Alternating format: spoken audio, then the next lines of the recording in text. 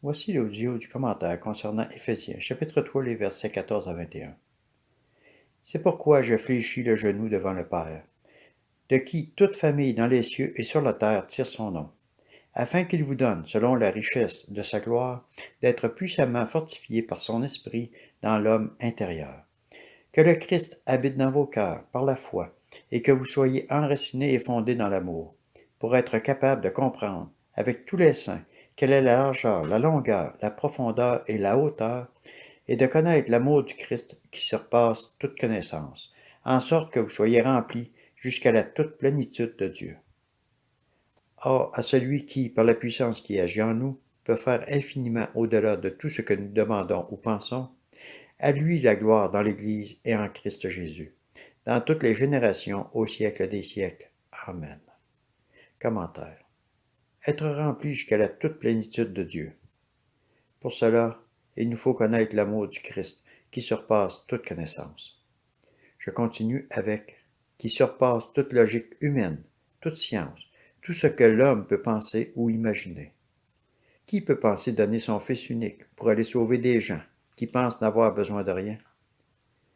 Seul le Père, rempli d'amour pour sa création. Nous sommes sa création et avons besoin de son amour, de le connaître, lui, le seul Seigneur qui nous aime d'un amour éternel. Verset 17. Que le Christ habite dans vos cœurs, par la foi, et que vous soyez enracinés et fondés dans l'amour. Deux mots, enracinés et fondés. Si ton amour n'est pas dicté par l'amour que le Christ te donne, ta maison n'est pas enracinée. Son fondement n'est pas solidement sur le roc. C'est ce que Jésus nous explique dans Matthieu chapitre 7, les versets 24 à 27.